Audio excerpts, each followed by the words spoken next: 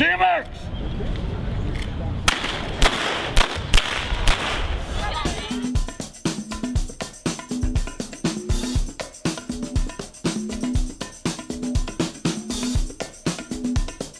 Adam White, running Central, ShaZam Racing, here with Kirk Wessler in the Journal-Star, and we are again talking track, honor roll meet, and the great history of track and field that we have here in Central Illinois. And how can you not talk about track and field without talking about Peoria High and the track that we have here? Yes, it's not an illusion. For those that don't know, it is a square, kind of, sort of, closer to a square than an oval. Kirk, tell us about the history of this facility and how this came to be. This is known as Herke Field. It's named after a famous coach, multi-sports, Salin Herke. And back in the day, actually, this was before it was a square. It was actually almost a triangle. The road over here angled before they cut it all the way it is now. And the track was all cinders then. This straightaway was fine, but then, and you had this kind of a 90-degree turn here, but then over toward that direction, you actually made almost a U-turn and you angled back up that way. And at the other end, there was not a curve either. It was just kind of a sharp or a bare left into about a 50-yard straightaway back to the top of this straightaway. So that's where we practiced when I went here.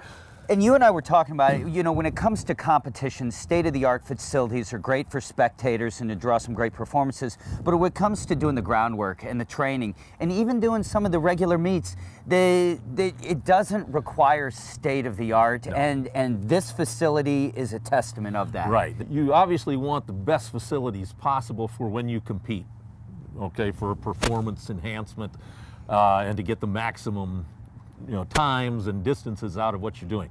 But you can practice, and with the dedication, you decide how good you're going to be. Certainly track started back in the 1890s. In fact, Peoria High won the first IHSA state meet in 1893, led by Herb Jamieson, who then represented the United States in the first Olympics in 1896.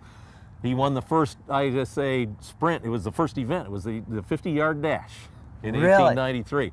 But so many athletes since then, and they practiced here. Dave Ayoub, his record still stands as the state record. He ran it as a half mile because it was pre-meters days, a 1:48.9 converted to a 1:48.1 in the 800. He practiced here. He practiced here before it was the square on that old cinder kind of crazy triangle. Doug D. Huff, who was a shot putter, and discus thrower, practiced here.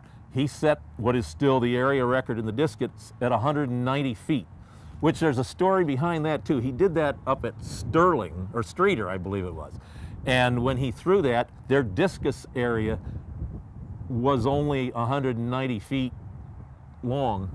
He overthrew the discus area. His disc actually slammed into the fence at the end of the area, and so they measured it to the fence and not further, so his throw actually should have gone 190. Josh Augusta, wow, who a few years ago shot put 69 feet in the shot put. So, I mean, there are great athletes. You can do that anywhere, and there were certainly a lot of great athletes that put their training in at this facility. Amazing history here. Peoria High, this track, they now have a state-of-the-art track down just below the hill, but it began here in different shape prior to this. And another little fun tidbit about this is that this doubled up. In the fall, this was used as the football practice facility. It still is. But in the spring, they would be working out track here while they played baseball here. Really? There was, before they built the baseball field down below, they actually played baseball games here, not while you were practicing track. But there were days when track practice and baseball practice were going on at the same time, and the track athletes were dodging foul balls and wild pitches. All the stuff that we're learning here as we're talking track. Looking forward to the honor roll meet. That's here. Exactly right. Again, coaches, athletes, parents, make sure that you're turning your times and performances, distance throws, jumps, everything into the PJ Star honor roll meet, so that your child's athlete, your performances can get updated, and giving these young men and women an opportunity to compete in truly one of the greatest track and field opportunities, meets that we have here in Central Illinois. It's a rich part of our history. It's a legacy opportunity for everyone to be a part of, and we want to put the best field together that we possibly can. Right. Honor Roll Meet, honorrollmeet.com. Coaches, go to honorrollmeet.com and submit your times. Keep those updated throughout the season so that your young men and women have an opportunity to be on that list. And then, obviously, when it comes entry time at the end of the season, those top performances go to the Honor Roll Meet. Absolutely. And hey, if you guys have some great memories of performances that took place here on this track, make sure that you share them, because this is a walk down memory lane, and would love to be able to share those opportunities with everybody inside the community who don't know about what took place here on this particular facility in years past. Thanks for watching. We'll talk to you on another track.